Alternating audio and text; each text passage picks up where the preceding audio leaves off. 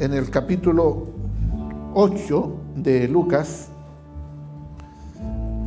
Capítulo 8 de Lucas, vamos a estar viendo el versículo 39. Dice así la palabra del Señor: vuélvete a tu casa y cuenta cuán grandes cosas ha hecho Dios contigo. Y él se fue, publicando por toda la ciudad cuán grandes cosas había hecho Jesús con él. Padre, te damos gracias por tu palabra esta mañana, Señor, desafiante, motivadora, excitante, Señor, y sobre todo conmovedora, Señor.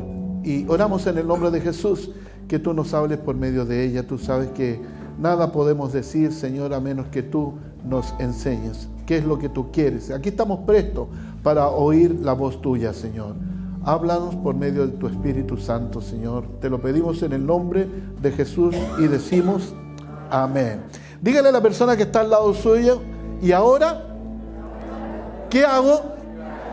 Bien, una bonita pregunta. Este es un pasaje quizás para mí que tiene una motivación muy especial, porque ¿a qué extremo, a qué punto puede llegar el amor y el poder de Dios que puede transformar una vida? A veces uno se olvida de lo que Dios ha hecho en uno, pero cuando uno vuelve a las Escrituras y ve un caso como este, uno se da cuenta cuán grandes cosas hace el Señor en la vida de las personas. El versículo 27 dice que este endemoniado había estado mucho tiempo en aquel lugar, que no vestía ropa y que moraba en los sepulcros. Yo no sé cómo estaba usted cuando conoció al Señor.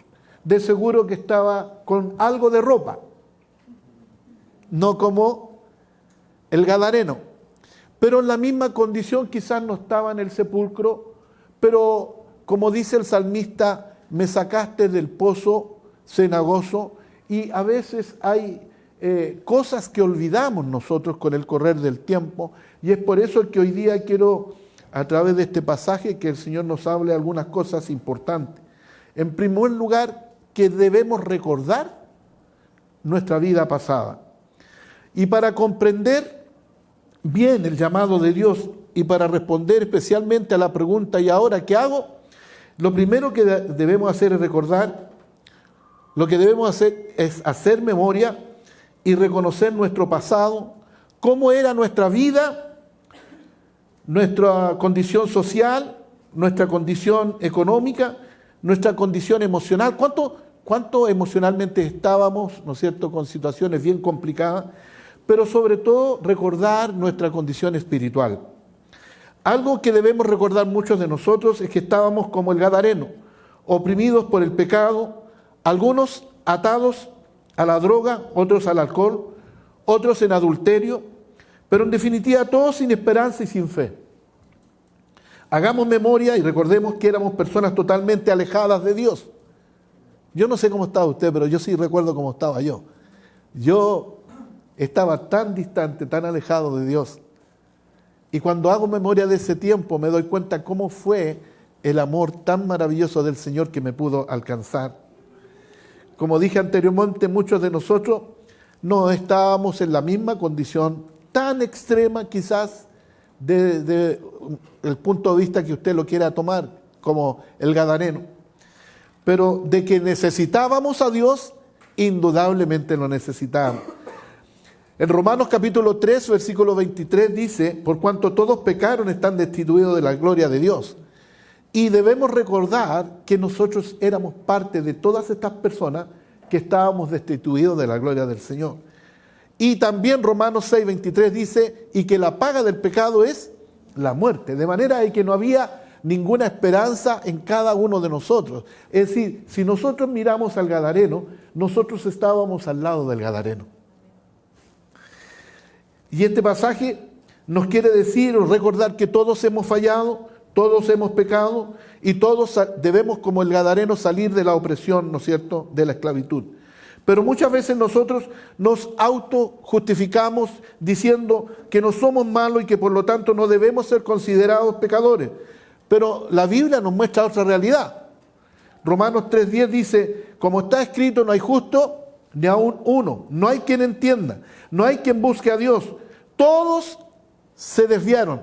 Y cuando hablamos de todos, eso incluye al gadareno y lo incluye a usted y me incluye a mí. Dice la Biblia, todos se hicieron inútiles, no hay quien haga lo bueno, no hay ni siquiera uno. Y entonces es bueno que nosotros podamos recordar que a veces decimos, pero esa persona está perdida en el pecado, pero se nos olvida que nosotros estábamos igualmente perdidos. Tenemos la necesidad de arrepentirnos de nuestros pecados y aceptar a Jesús como el Señor y el Salvador, el que cambió, el que transformó la vida del gadareno, es el Señor Jesús, y Jesús es el mismo que puede transformar nuestras vidas. En segundo lugar, lo que podemos ver a través de este pasaje es los beneficios recibidos. Efesios capítulo 2, versículo 1, dice, y Él os dio vida a vosotros cuando estabais muertos en vuestros delitos y pecados, en los cuales anduvisteis en otro tiempo. Cuando vemos la condición del gadareno, estaba irremediablemente perdido, marginado de la sociedad, lejos de su familia. Ese pecado, ¿no es cierto?, lo tenía, dice el pasaje, no tiempo, no dice meses ni años, pero dice hace mucho tiempo. Hagamos cuenta de que ha ocurrido un lapso de tiempo en que usted no ha visto a su familia, una semana, o un mes, o un año. Pero cuando dice hace mucho tiempo, uno puede interpretar que tal vez en más de un año, más de 2 años, y es terrible cuando uno no puede estar con su familia, con sus seres queridos tanto tiempo. ¿Y cuál es la razón por la cual el gadareno no está con su familia? La razón es porque él era endemoniado, todo lo destruía, todo lo destrozaba, era violento, ¿no es cierto?, tanto que lo ataban con cadenas que en muchas oportunidades fueron rotas por la tremenda legión de demonios que él tenía.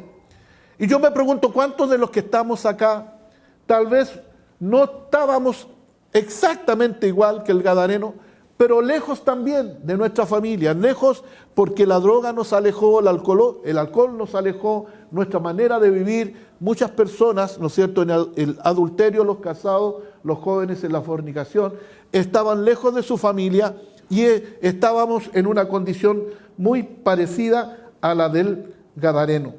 Por eso nosotros tenemos que agradecer al Señor porque hemos recibido un beneficio. Antes estábamos en los sepulcros, ahora estamos sentados en los lugares celestiales juntamente con Cristo. Antes íbamos definitivamente al infierno, ahora Jesús fue a preparar morada para cada uno de nosotros. Antes éramos hijos del diablo, ahora somos hijos de Dios. ¿Cuántos pueden decir amén a eso?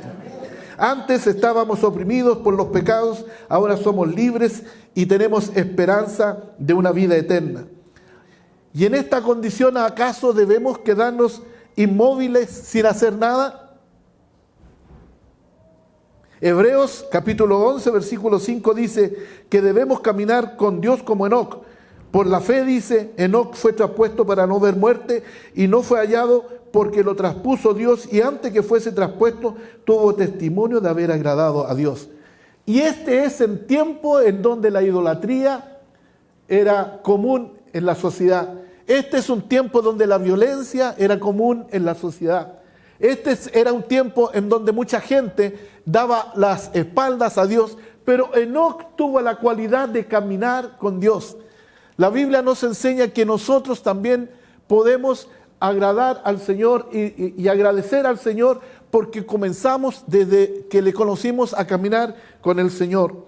Luego lo que debemos hacer es tener fe. No se puede agradar a Dios sin tener fe. No se puede hacer milagros sin fe. No se puede creer en una respuesta a nuestras oraciones si no tenemos fe. Primera de Samuel 15:22 dice, y Samuel dijo, se complace Jehová tanto en los holocaustos y víctimas en que se obedezca a las palabras de Jehová. Ciertamente el obedecer es mejor que los sacrificios y el prestar atención que la grosura de los carneros. También es bueno ser obedientes. ¿Obedientes por qué? Porque seguro que cuando uno desobedece también tiene consecuencias.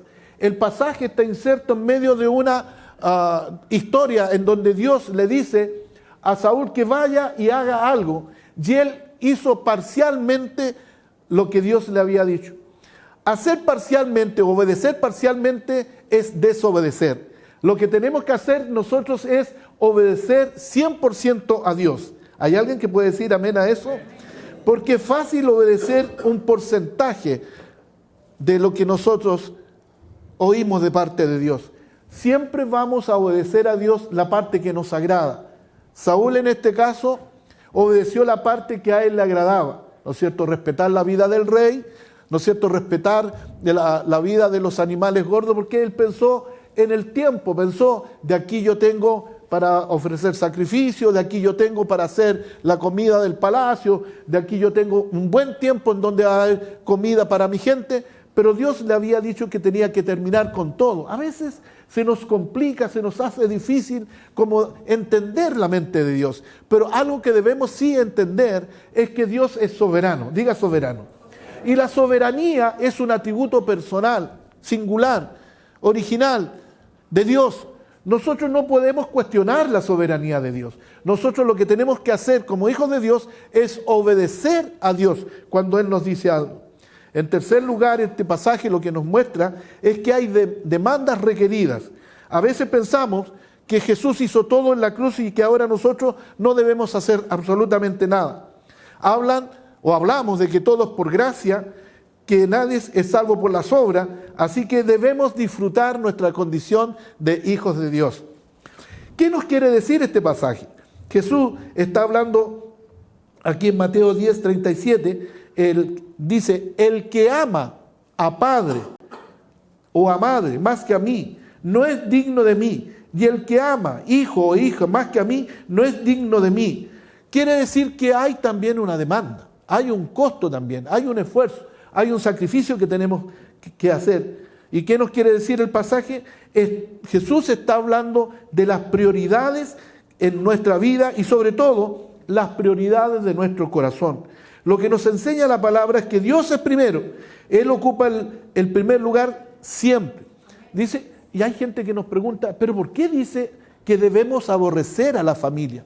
El término aborrecer desde el punto de vista nuestro, ¿no es cierto?, tiene un tono así medio difícil de comprender, porque la familia no es para aborrecer. Pero el término aborrecer no significa odiar en el contexto, sino más bien hacer a un lado. Nadie puede llegar a ser seguidor de Cristo, un discípulo, si no hace un lado a su familia. Esto no quiere decir que abandonemos a nuestra familia, sino más bien que el podio, ¿no es cierto?, el pedestal en nuestras vidas siempre debe estar Dios. Y en segundo lugar, todas las demás causas. Nuestro cónyuge no es primero que Dios, nuestros hijos no es primero que Dios, nuestras propias vidas, ¿no es cierto?, tenemos que morir, no están en primer lugar, mucho menos nuestros trabajos o nuestros negocios. Lo que Dios nos pida va primero que los deseos de nuestros hijos, los deseos de nuestras esposas, los deseos de nuestros esposos.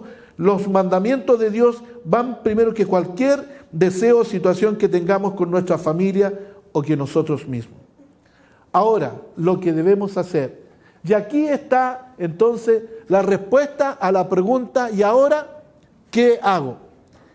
El gadareno impactado, el gadareno conmovido por lo que ha sucedido, imagínense, nadie en su vida le había dado lo que Jesús en un minuto le dio. El cambio, la transformación, la libertad, la liberación, la felicidad, ¿no? Él, ¿no es cierto?, ahora, pudiendo haber escogido volver inmediatamente a su familia, le dice a Jesús, yo quiero seguirte, has hecho algo tan impactante en mi vida, algo que nunca nadie hizo en mi vida, además me has hecho sentir que soy útil, yo te quiero seguir, quiero ser uno de tus seguidores, quiero ser un discípulo.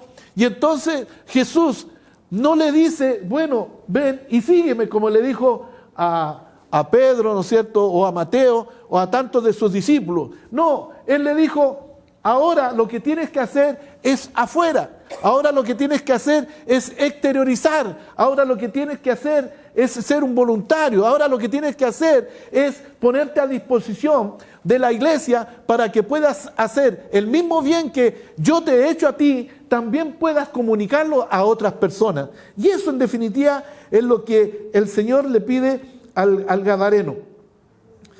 Y el gadareno no se quedó inactivo, no fue indiferente frente al gran milagro que Jesús le realizó, y él quiso retribuir de alguna manera. Hermanos, no podemos pagar a Dios con cosas materiales, con rituales o con ceremonias, pero sí podemos ofrecer a Dios nuestras vidas, nuestros dones y nuestras capacidades, porque de todas maneras quien las ha colocado en nuestras vidas es Dios. Amén. En la Biblia vemos a Moisés, el primer voluntario que se dispone a servir a Dios dejando todo. Y luego, en Génesis capítulo 25, aquí hay una encomienda, un mandato de parte de Dios, y le dice una serie de mandamientos que ahora debía cumplir Moisés. Le dice, primero en relación a cómo deben actuar frente a los demás pueblos circunvecinos. Tú llamarás a mi pueblo, al pueblo de Israel, y no deben ser igual que los demás. ¿Cómo eran los demás? Politeístas, ¿no es cierto? Tenían muchos dioses. Ustedes tendrán un solo Dios, yo, Jehová Dios, uno solo soy. Eso fue lo que dijo Dios. De no hacer lo que ellos hacen, no adorar sus dioses, no tomar de sus mujeres. Mira, todas estas cosas Dios se las dice a Moisés para que él se las diga a su pueblo. No tomarán mujeres para sus hijos, tampoco tomarán hijos para sus mujeres. Y es increíble, hermanos. Después de 3000 años, todavía hasta el día de hoy, no importa lo que ha cambiado la sociedad, no importa los modelos que han ido imponiéndose a través de los años, ellos han seguido respetando estos mandamientos. A mí me impactó esta semana, Netanyahu hizo un discurso a propósito de todo lo que está ocurriendo en el mundo y especialmente todos los ataques recibidos en Israel. Pero Netanyahu, y me quiero hacer un pequeño paréntesis al respecto, Netanyahu en pocas palabras dice, ¿dónde estaban ustedes cuando Israel ya tenía a un Dios? Nosotros hemos vencido a los egipcios, nosotros hemos vencido a los romanos, dijo Netanyahu, nosotros hemos vencido a los sirios, nosotros al igual que hace 3000 años tenemos el mismo Dios, nosotros no hemos cambiado, nosotros tenemos la misma lengua, y empieza a hacer una apología de lo que el pueblo de Dios ha hecho durante estos 3000 años. Y lo que yo quiero decir, hermanos, que nosotros tenemos un Dios que no cambia. La Biblia dice que no hay sombra de variación en él, que Dios es el mismo ayer, hoy y por los siglos. Y lo que Dios dijo a Moisés, también nos dice hoy a nosotros, y que nosotros debemos ser personas que debemos también, ¿no es cierto?, dedicar nuestras vidas a Dios, como se lo dijo a Moisés, dedicarás tu primogénito de tus hijos y de tus animales. Y eso es lo que el pueblo de Israel hacía y hace hasta el día de hoy. A veces se nos olvida lo que la palabra de Dios decía. Nadie, dijo el Señor, le dice a Moisés, nadie se presentará ante Dios con las manos vacías. Y este es un mandamiento de parte de Dios. No es un mandato, no es una regla, no es los estatutos de una iglesia. Esta es la palabra del Señor. También les ordena que deben respetar el día de reposo. Tuvimos nosotros la ocasión, la oportunidad de estar en Israel el año pasado con mi esposa, y llegó las 2 de la tarde, las 3 de la tarde, todos los negocios dueños de judíos se cerraron, porque ellos van a sus casas para guardar el día de reposo a partir ya de las 6 de la tarde del atardecer. Ellos han respetado la palabra del Señor durante 3000 años. Esto no ha variado, esto no ha cambiado, estos mandamientos no se adaptan a las sociedades de acuerdo a cómo las sociedades lo estiman conveniente. Nosotros, como ellos, también debemos dejar un tiempo para Dios. ¿Hay alguien que puede decir amén a eso? No solamente eso, Dios le dice, respetarás las fiestas sagradas. Es decir, ellos tienen Pentecostés, las primicias, la fiesta de los tabernáculos, bueno, hay el Pesaj, ¿no es cierto?, la Pascua, muchas fiestas, aunque usted no lo crea, hermanos. No sé si alguna vez usted ha visto Ripley cerrado. ¿Ha visto usted Ripley cerrado? Pues bien, porque Ripley, el dueño es un judío. Y ese día, Yom Kippur, ellos cierran. Porque sus fiestas son sagradas eternamente, por toda la eternidad. Es decir, lo que Dios dijo en un principio tiene que cumplirse por toda la eternidad. Amén. Además, en este capítulo Dios ordena a Moisés y a su pueblo que le construyan un tabernáculo. Hablaba yo en el devocional acerca de este pasaje que a mí me conmovió tremendamente. Yo no sé si usted sabe que en Apocalipsis dice que Dios va a bajar una nueva Jerusalén. ¿Cuántos creen que Dios tiene tal poder de hacer tal cosa? Bien, quiero decirle solamente que la Biblia dice que en el principio creó Dios los cielos y la tierra. ¿Cree eso usted? Que Él separó las aguas de la tierra. ¿Cree eso?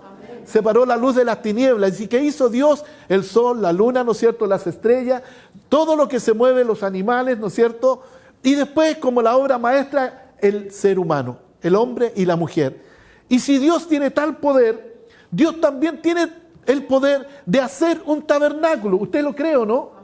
Pero sin embargo, Dios, ¿qué es lo que le dice a Moisés? Moisés, yo te voy a dar las instrucciones del tabernáculo que yo quiero que tú hagas. Pero en definitiva, ¿quién es el que va a hacer? ¿Quién es el que va a construir? Eres tú con la gente que tú tienes. Y eso es lo que el Señor quiere que nosotros hagamos. Que obedezcamos su palabra. Que cumplamos lo que Dios quiere que nosotros hagamos. A veces se nos olvida que tenemos habilidades. Se nos olvida nuestras capacidades. Se nos olvida de nuestros dones, de nuestros ministerios. Y pensamos que son para un uso secular, en nuestro trabajo, en nuestra familia, en nuestro hogar. Pero la Biblia dice que el Señor le dice a Moisés que haga el tabernáculo y que Él va a preparar gente para que lo decore, lo cumpla como el Señor quiere que lo haga. Aquí lo interesante es que el tabernáculo no es una idea de Moisés, es una idea y un diseño de Dios. Es algo divino, diga divino. Y lo divino, lo de Dios, uno pensaría, bueno, Dios se encargará de eso. ¿En qué se encarga Dios de lo divino? Es su presencia, de tener su presencia en aquel lugar. Pero todo lo demás, los seres humanos estamos llamados a contribuir. Diga contribuir. Eso es lo que nosotros estamos llamados a hacer. Si Dios quiere que hagamos algo, es a contribuir en las cosas que Dios nos pide que contribuyamos. Él ordena entonces al ser humano. Yo digo, ¿quién es el ser humano, hermano? Si miramos al gadareno, un endemoniado. Si usted recuerda quién era, ¿se acuerda quién usted era? A usted y a mí Dios nos comisiona, Dios nos delega, Dios nos confía hacer algo divino.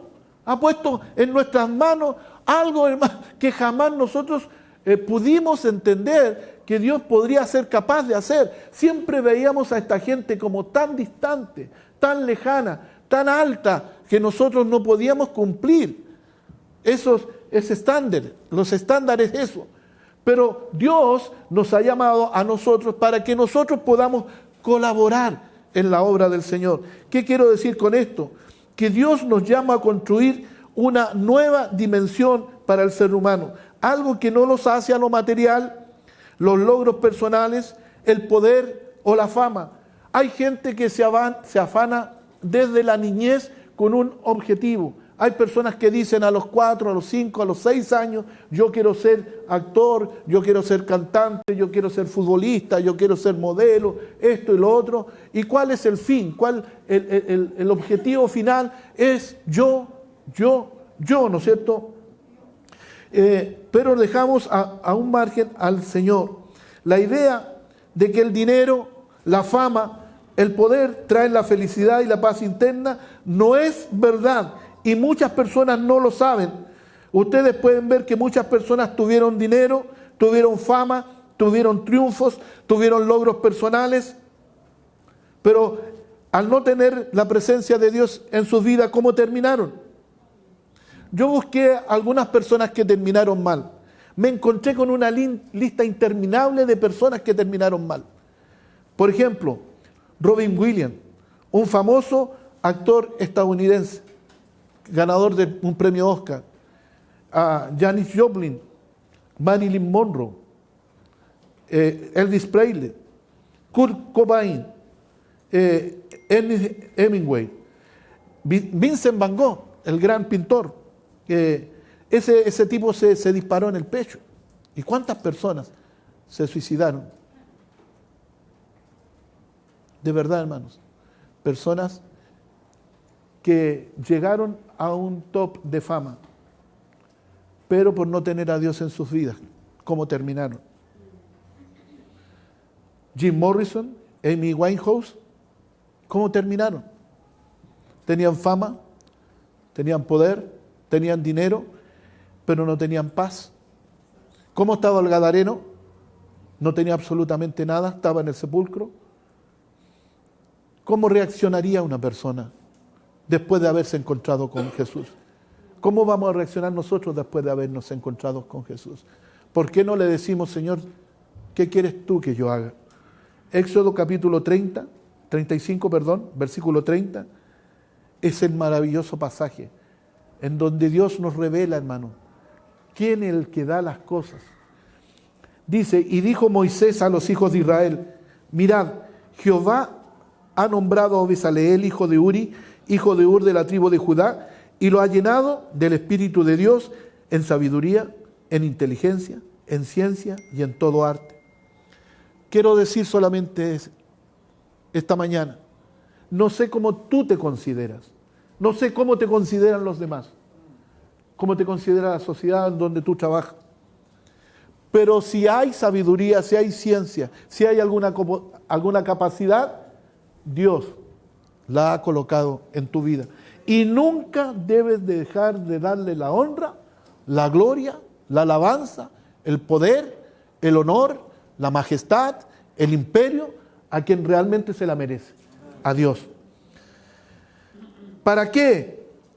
Para proyectar diseños, para trabajar en oro, en plata, en bronce, para tallar piedras, para trabajar en madera, en la labor ingeniosa. Los ingenieros están incluidos aquí. Diga gracias, Señor. Gracias. Y ha puesto en su corazón el que pueda enseñar. Los maestros están acá. Ha puesto en su corazón el que pueda enseñar. Así como a Oliab, hijo de Ahisamac, de la tribu de Dan. Y los ha llenado de sabiduría de corazón para que hagan toda obra de arte, de invención y de bordado en azul, en púrpura, en carmesí, en lino fino y en telar, para que hagan toda labor e inventen todo diseño. Yo no sé si usted sabe esto, pero de la cantidad innumerable de inventores que hay a través de toda la historia, la mayoría de los inventores son judíos. En segundo lugar, la segunda mayoría son cristianos. ¿Qué quiero decir con esto, hermano? Que cuando uno le da la honra al Señor, Dios lo posesiona. Hay agnósticos, sí, los hay, que han tenido premios Nobel y reconocimientos mundiales, pero son en menor cantidad. Quiero decir que cada persona que reconoce que Dios le ha dado una capacidad, Dios no solamente agradece eso, sino que honra a esa persona. Y eso es lo que nosotros tenemos que entender, que en la medida que nosotros nos damos cuenta que Dios ha hecho algo poderoso en nuestra vida, nosotros tenemos que retribuir en parte lo que Dios ha hecho por nosotros, y lo menos que podemos hacer es desarrollar parte de lo que Dios nos ha dado en su obra. ¿Y cuál es su obra? ¿Por dónde vamos a partir? Por la casa de Dios. ¿No es cierto? Esta gente, yo me fijé particularmente en un detalle, que quizás para usted será muy poco importante. Dice, en obra de arte, invención y de bordado en azul, en púrpura, en carmesí, en lino fino. Puede ser en hilo azul, es un detalle que nosotros tendríamos que investigar qué dicen los comentaristas al respecto, a qué se refiere y todo lo demás. Pero si tú eres esa persona que estás capacitada, que Dios te dio la sabiduría y el entendimiento para diseñar esta área, que al parecer es una de las tantas, de las miles o de los millones, y es tan insignificante, pero a los ojos de Dios es tan importante o menos importante. Y Dios nos enseña a través del cuerpo. Nosotros en el cuerpo no tenemos cosas que son más importantes que otros. El ojo no es más importante que mi mano. Mi corazón no es más importante que mis riñones. Todo es importante en mi cuerpo.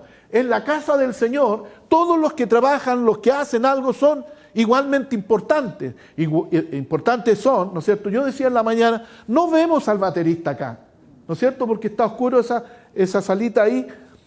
Y a veces no vemos al de atmósfera que está trabajando, pero sí vemos a los que cantan o al que predica. Pero son igualmente importantes todos los que hacen algo en la obra de Dios para Dios. Y lo que nosotros tenemos que hacer frente, y ahora, ¿qué hago? Haz lo que está en tus manos, haz lo que tú sabes hacer, haz lo que Dios te dio que tú hagas. Para eso es la obra del Señor. Dios se agrada de que tú puedas contribuir o devolver, ¿no es cierto?, parte de lo que Dios te ha dado a ti. ¿Hay alguien que puede decir amén a eso?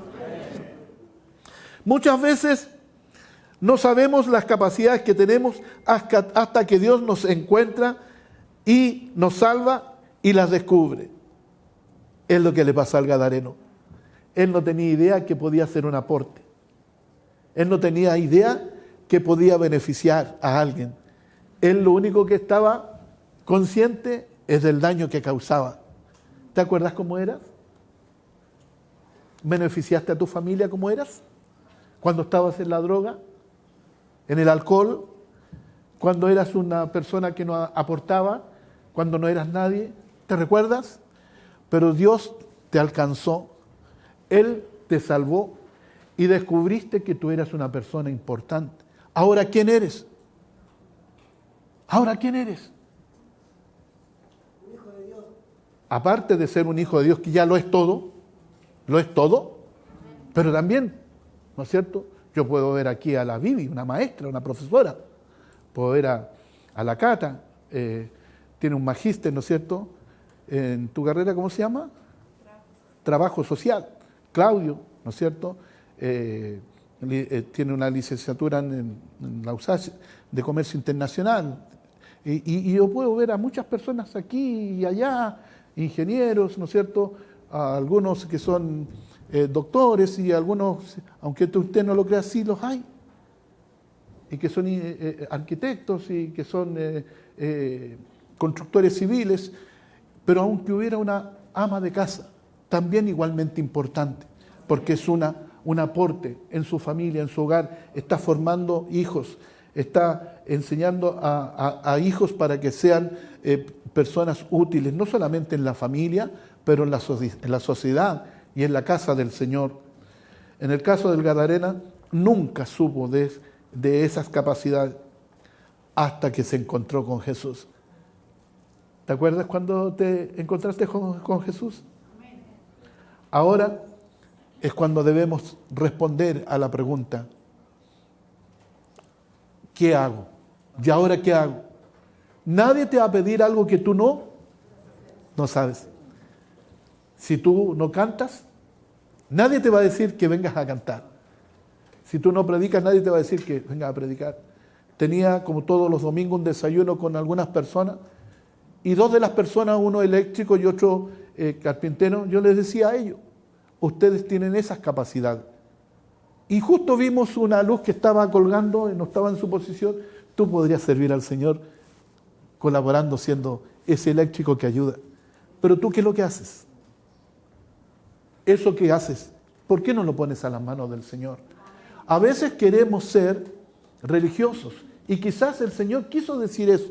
No seas un religioso, gadareno. Ve y cuenta cuán grandes cosas ha hecho el Señor contigo. Dios quiere que tú hagas cosas maravillosas. ¿Sabes qué? Donde tú estás, tienes que contar de lo que el Señor ha hecho con tu vida. Tú tienes que compartir el Evangelio con otras personas. Eso hazlo afuera, en tu hogar, en tu familia, en tu trabajo, en tu universidad, en tu colegio. Hazlo allá. Pero aquí tú tienes que hacer lo que el Señor te ha mandado a hacer. No hay cosas tan difíciles que tú no puedas hacer. Tú puedes ser una persona, ¿sabes qué? Yo me subo acá y luego en segundos hay alguien que tiene esta mesita que para mí es importante. para sostener mi Biblia, el vaso, todas las cosas acá. A veces estar en la puerta y dar la bienvenida a una persona. ¿Sabes qué es tan importante eso? Yo lo he dicho en otras oportunidades. Me he encontrado con personas que me han dicho, pucha, yo no voy a la iglesia porque fui una vez. Me han dicho personas. ¿Y sabes lo que me pasó? Entré. Después me fui. Nadie supo que yo entré a esa iglesia. Nadie me saludó, nadie me miró, nadie me habló, nadie dijo nada respecto a mí. Pero en esta iglesia, ¿qué es lo que queremos? En esta iglesia lo que queremos es que cada persona que llegue pueda ser recibida con cariño, con afecto, con amor. Que nosotros podamos decirle bienvenido a casa. Hacer sentir a esa persona que es parte de esta familia. Que esta es la casa de Dios y todos como hijos de Dios somos hermanos los unos de los otros. Y que no hay hermanos más importantes que otros. Aquí igualmente importante es el intelectual como el que tiene poca educación. Aquí es igualmente importante el que es nacional como el inmigrante. Aquí es igualmente importante el hombre y la mujer. Aquí es igualmente importante las personas que tienen título y las personas que no la tienen. Porque todos somos hijos de Dios. Y aquí el Señor lo que nos está llamando esta mañana a que hagamos, no que creamos, no que pensemos, no que sepamos, sino que actuemos, que ahora podemos hacer algo en beneficio de las demás personas. Se dice que la familia no se escoge la familia. Tienen los hermanos que tienen, ¿no? Y tenés que aguantar a tu hermano, ¿sí o no? Y va a ser hermano tuyo toda la vida. ¿Estás acordando del misa? Yo recordaba el otro día algo que no había recordado. En una oportunidad peleando con mi hermano, le tiré un cuchillo. Gracias a Dios le pegó con la parte de atrás del cuchillo en la frente a mi hermano. Y uno a veces pelea con los hermanos. Pero una de mis sobrinas colocó una foto de hace un par de meses y nos vemos con mi hermano y estábamos conversando, él es pastor. Y qué bueno es estar con tu hermano.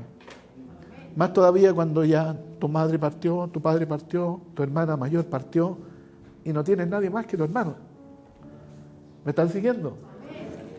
Tu hermano es importante. Es la persona que está al lado tuyo es importante. Es tu hermano. Es tu hermano. Si el Señor nos ha llamado a esta iglesia, es para responder a la pregunta. ¿Ahora qué hago? Como hermano, como hijo de Dios, sirve en la iglesia. Quiero que te pongas de pie, por favor, y comiences primero a agradecer al Señor. Porque como el gadareno estuviste en el sepulcro, o tal vez no estuviste en el sepulcro, pero era bastante parecido, ¿sí o no? Era bien parecido al sepulcro. Botado. ¿Cuántas veces? Abandonado, solo, llorando, la soledad, la tristeza, el abandono. ¿Cuántas veces? Era un sepulcro como el gadareno. Pero qué bueno que un día el Señor Jesús apareció. Y no te llama para ser un religioso, te llama para ser un hijo de Dios. Y para que comiences a servir en la obra del Señor.